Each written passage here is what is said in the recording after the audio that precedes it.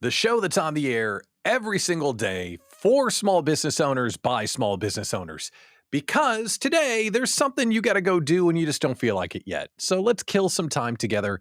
Let's drink some coffee, shall we? And let's build up the momentum that we need to go take on the world and make our small business dreams come true. I'm Pat Miller, the Idea Coach. I'm the host of Small Business Mornings, and this is a test of the Can We Figure This Out system. This is only a test. Got a lot of stuff on the show today, but there's a theme. We have a theme today. Fun for the sake of fun. Today's show is fun for the sake of fun. We're going to talk a little bit of business, but I got some fun stuff to talk about today. And for the first time ever on our show, we have a magic number. Yes, we have a magic number. 1 is the magic number today. Did you know that? 1 is the magic number. So I'll explain what that is all about here in just a minute. And good times. My computer's playing with us again. So we're going to have to beat some computers on the air, which is always fun. So I don't know why this isn't working, but it's not working the way that it should. That's always fun. Okay, so let's see what we've got on the air today. On the air today, we've got our news, which, of course, self-employment. Is it trending down? I wonder. We have the meme of the day for you, especially if you have a team. So if you've got a contractor or an employee, and we've got big news about the Savannah Bananas ticket fundraiser, big news that we'll share. But if you're with us this morning, I'm encouraging you to drop into the comments and to tell us that you're here. That way we can include you in the conversation. And now my little cursor again is not working the way that it should. Oh, this is great. Awesome. We're fighting with the machine again. Yeah. Okay. So my computer sucks. Okay. So tell us howdy in the chat and we'd love to include you in the conversation. Okay. So here's the news. Should we get into the news? Now, I promised that today's show was fun for the sake of fun. But we do have some news that we have to discuss, but we're going to do it in a very quick way. Shall we do that? So here's the news. Former President Trump was indicted on, and this is a quote from the Washington Post, criminal schemes in his effort to overturn the 2020 election results. So I'm a follower of the news because I got to know what's going on so I can share it with you. And I thought, what does that mean? Do you ever ask yourself that question? Like you see something in the news and it's like, yeah, that thing. So what? So what? What does that mean? So I decided to look around the web. I'm like, okay, let's find out what this means. And here's the summary. The Democrats are saying, hey, felonies. You see these? Felonies. You see those? And the Republicans are saying, well, this is just proof that you're scared of Trump, right? It's just proof that it's all rigged. And there's a belief that it's going to galvanize supporters and he's becoming stronger as they wave more felonies at him. Here's my political analysis. I have no freaking idea. I'm not going to comment on it. I just wanted to let you know that it happened. There. Political news over. How about we talk about self-employment? Shall we? That's something that I know a little bit about. And we've got a new tool here. We can actually say and show the people that are in the conversation today. And this is what wasn't working that I was trying to get to work. So drop a comment in the comments and you'll see it pop up here. So Thunder, great to see you, pal. Gecko, always nice when you're back in the house. Data Magician doing his magic today. Love to see you. So you can be a part of the conversation and everyone can see your comments. I may regret this later, but put it in the comments and you'll see them pop up and we can kind of have a dialogue as the show goes on. Okay, self-employment. I had a conversation yesterday with somebody. And they said, I read someplace that self-employment is trending down, that it was really high at the pandemic, and then it's now slowly drifted down. And their premise, their theory was, well, that might be because people are figuring out how hard it is to run a small business. And those of you that are on the small business journey with me, you kind of know how hard it is to run a small business, right? It is not a picnic sometimes. So I started to look into it. Good morning, Susie. So I started to look into it and I couldn't find the numbers that they were referencing. But I did find one number from the Bureau of Labor Statistics. And it said year over year that there are 300,000 fewer self-employed non-farm laborers, basically folks like me that are too soft to work a real job, 300,000 fewer than there were last year. And I thought, wow, that's a lot. But then I looked at how many self-employed workers there are. So let's play a guessing game. How many do you think there are?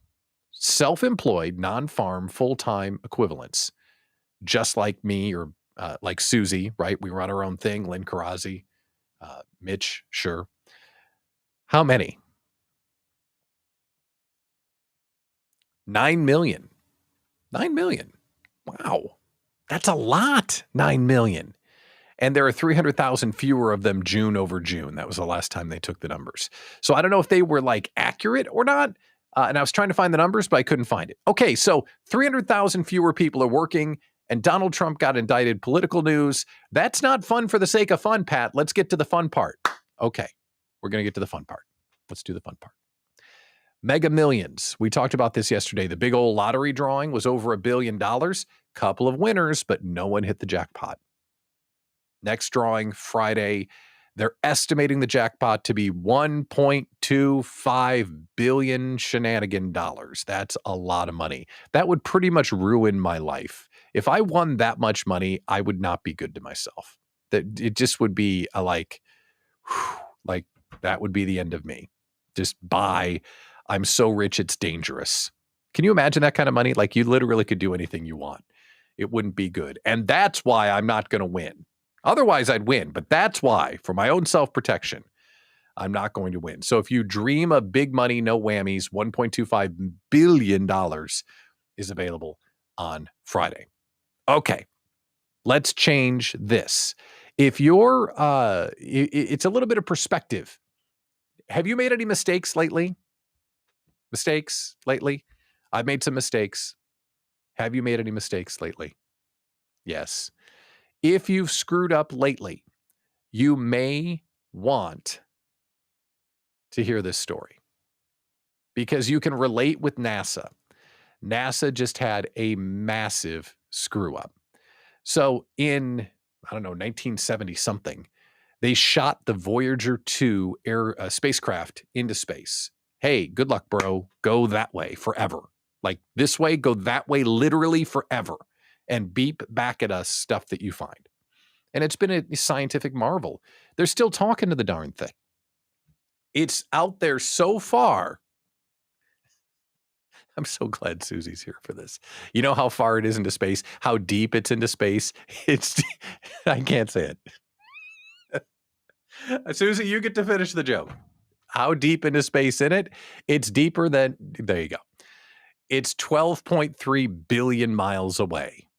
That's a lot of miles, 12.3 billion miles away. Anyway, NASA accidentally sent the wrong command to Voyager 2, and it adjusted its antenna, like the way we talk to it, 2 degrees. 2 degrees. 2 degrees. And when you adjust an antenna 2 degrees and you're 12 billion miles away, like you can't talk to it anymore.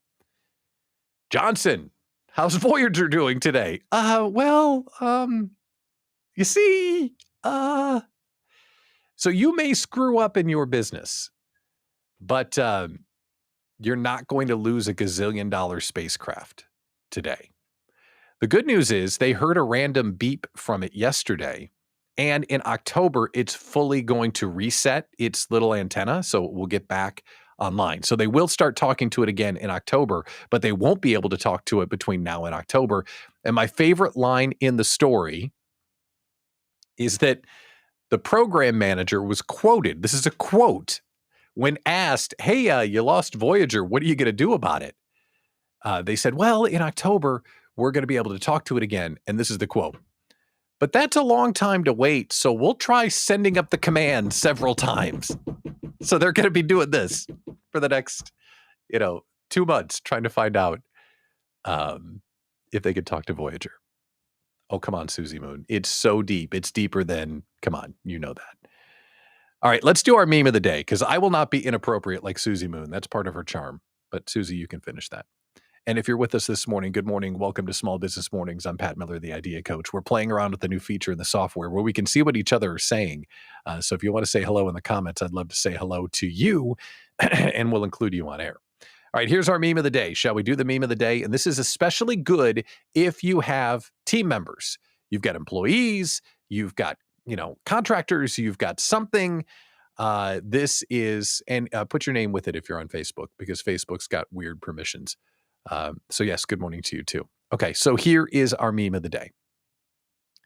I'm not sure if you can see that because I got all this other stuff on the screen. Let me turn this off. There we go. What employees actually want. On the left, it says team building activities, inspirational quotes, casual Fridays, and pizza parties. That's what the bosses think. But what employees actually want is on the right, a raise and some pizza. Isn't that the truth? That is absolutely the truth. When I worked at corporate and worked at the radio station, my job was to be pizza party ordering guy for my last gig. So, hi, Jen Anderson. Good to see you. And Stephanie Kern, welcome to the call. It was my job to order the food and order the pizza. And for a lot of that time, good morning from the Quick Trip, Sarah Deacon. For a lot of that time, I was broke, like capital B broke. So I would order maybe an extra pizza. I'm just saying, leftovers. Oops, leftovers. But those of you that are in broadcasting, and Mitch backed me up, there is a scientific phenomenon that happens inside a radio station. If you ever want to be friends with a radio person, take them sealed food to the radio station. Don't bring them homemade food, because we always threw that in the trash because we always thought it was spiked with laxative or some other poison. But if you bring us like pizza from a place, or you bring us like bags of treats, the radio folks would eat it. It would be like, you've seen the Nature Channel with like all the piranhas. That's kind of how it is, food at a radio station. It's amazing. Absolutely amazing. So that's our quote of the day. Yes, they want inspirational speeches. No, we don't want inspirational speeches. We want pizza, and we want a raise. Should we do our question of the day? How about we do our question of the day? Because this one's fun. Our question of the day is, what is your go-to fair food? Maybe I'm hungry this morning. Talking about pizza, now we're talking about fair food. I think I'm hungry. But think about going to the fair. Go to the Wisconsin State Fair. It opens tomorrow, and it's just a symphony of goodness. What's your go-to fair food? Now, you can be sweet, or you can be savory, or you can be both. And the condition for this conversation is we're going to transport to a magical land, magical land of no calories and unlimited money. Okay? So you're released to the fairgrounds like a 6-year-old, and you can get whatever the heck you want to stuff your face. Okay? And you're right, Gecko. How can you not say cheese curds, corn on the cob, right on? But there's one other rule that we have to invoke here. I am invoking, for the sake of this discussion and this thought exercise, I am invoking the Thanksgiving rule. Thanksgiving rule is in effect. And if you don't know the Thanksgiving rule is you are forbidden for complaining about calories or carbs or whatever the hell on Thanksgiving. On Thanksgiving, we get together and we eat so much we hate ourselves. That's what Thanksgiving is about. That's why we have Thanksgiving. Eat until you're sick, take a nap, and then eat some more. Don't be the person that comes to Thanksgiving and, I'm look at all these carbs and I got to work out. Shut it. Pass the gravy. Okay? Thanksgiving rule invoked. And the Thanksgiving rule is a close cousin to the airport rule. You know the airport rule, right? Where you can drink any time of the day. And is there a happier moment than having a beer before you go to Vegas in the airport? There is not. There is not. It's probably the happiest I'll ever be is having a beer waiting for my plane to go to Vegas. November. Can't wait. So anyway, back to the state fair. You've got unlimited budget. Calories are not a thing. You can eat whatever you want at the state fair. What do you eat? And this is the question of the day. One, because the state fair starts tomorrow. Hooray, state fair. But two, because they do a food competition every year where they sample all the new stuff. And you get a chance to, create some crazy, outrageous food item. And then they judge who had the most delicious new food item. They call it the Sporkies, the Sporky Awards. And the winner this year is an extremely Wisconsin creation. If you haven't heard what won, they just judged it, I think, yesterday. The winner, and just tell me this doesn't sound like Wisconsin. It just does. The winner is the beer cheese Wisconsin lava cake. Good morning, Wendy. Beer cheese Wisconsin lava cake. Now, what's in there? It's a Milwaukee pretzel roll stuffed with cheese soup, slathered in butter, covered with salt, honey, and then red pepper flakes. Don't you want to eat that till you die? Don't you want to eat that every meal? Doesn't that sound awesome? How could that be bad? Of course it won. It's a pretzel roll with cheese and salt and honey and yes. Give that to me. So what is your go-to state fair food? And sometimes it's sweet. Sometimes it's savory. It's really up to you. On a good day, it's both. Gecko says, yeah, cheese curds. Hell yeah, Geck, for sure. Cheese curds are always a great way to finish your state fair experience. For me, I'm a little bit twisted because for 10, 12 years, I had to spend every day at the Wisconsin State Fair because we were working the radio station booth. So I was there literally every day. I bet Mitch can relate with this too, being a radio dude. So when you're on the grounds every day, all the time, you can't eat like that. As much as you'd like to eat like that every day, you just can't. You just have to go get lunch. You're not getting state fair food. You're getting lunch. And I always loved the Millie's Italian sausages, and their stand was right across the street from WTMJ, where I had to stand for hours on end and give away stuff to people. The other thing, and Stephanie nailed it, was corn on the cob. There's a corn boil, the Lions Club or the Eagles Club or the Bear Club or whoever they are, they know how to boil corn. So that's good. And then the deep fried Oreos happened, probably too much. So whatever it is, I hope you enjoy the Wisconsin State Fair. It looks like the weather's going to be great, and run around like a toddler with an unlimited budget and invoke the Thanksgiving rule. And I know one of you is going to drive up with your family, park the car, put your arm over the armrest and tell to everyone else with you, now listen, I'm invoking the Thanksgiving rule. So go ahead and invoke the Thanksgiving rule. Calories are not a thing. Let's talk about the next big thing, and this is where 1 is the magic number. 1 is the magic number. Normally it's 3 is the magic number. Today, 1 is the magic number. And this is so exciting, I cannot stand it. A week ago on this show, we said, hey, everyone, we're going to do a fundraiser. We're going to do a party with the Savannah Bananas. And we're going to hang out with the Savannah Bananas. We're all going to go see their baseball game. And all this money, we're going to raise the proceeds for Islands of Brilliance in Milwaukee. Great charity. Heck, we got 120 tickets. Let's go. And I thought, all right, that'll take 5 or 6 weeks. That's why we're putting them on sale, in July for the game in September.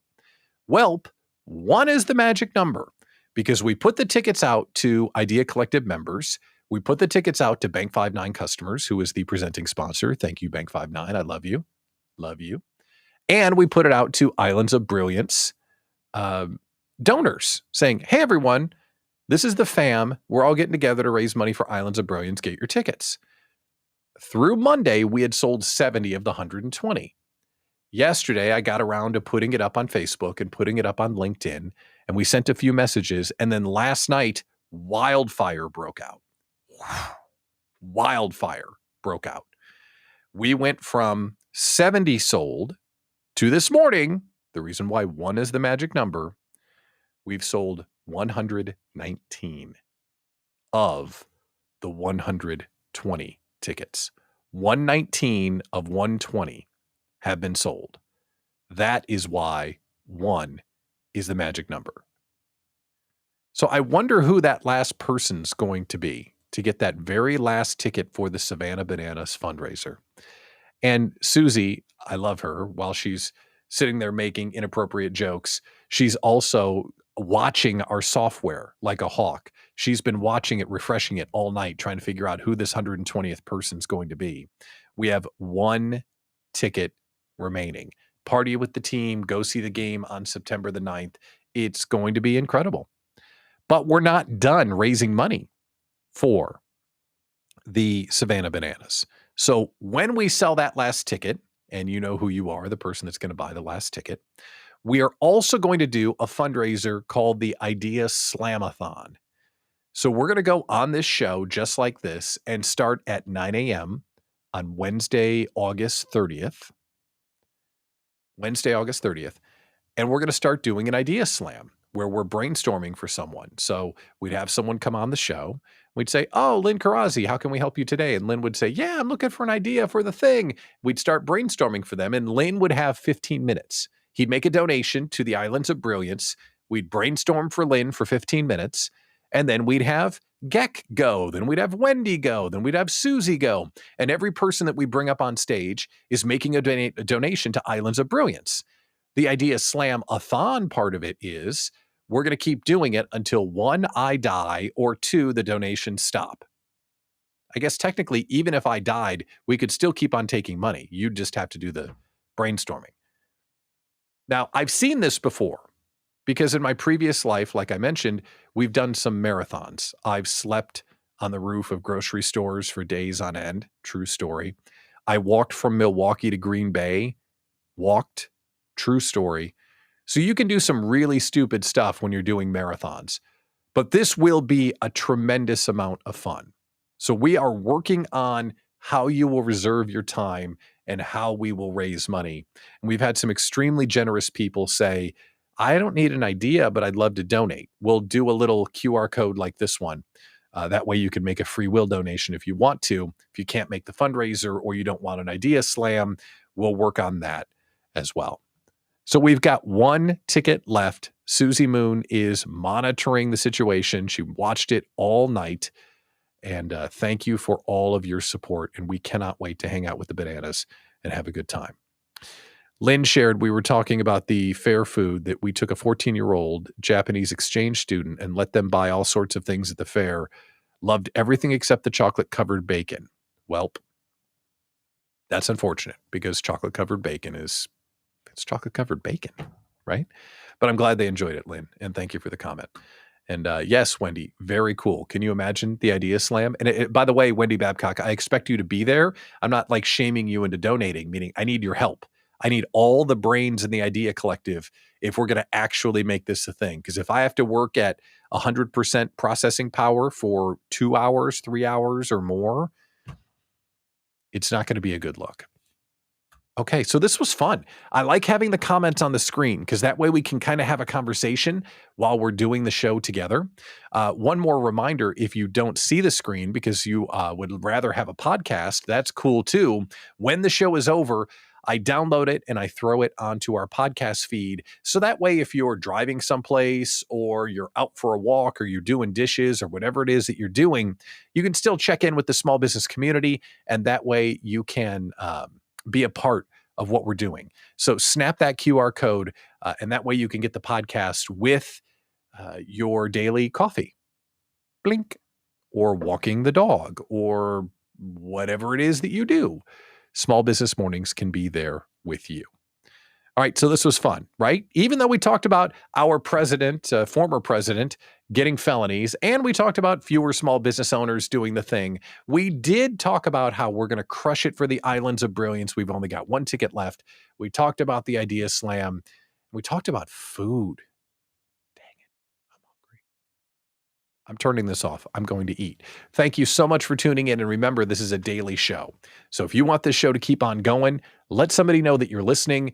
Share it with someone because we'll be right back here, 9 a.m., pretending that we know what we're doing and having a good time.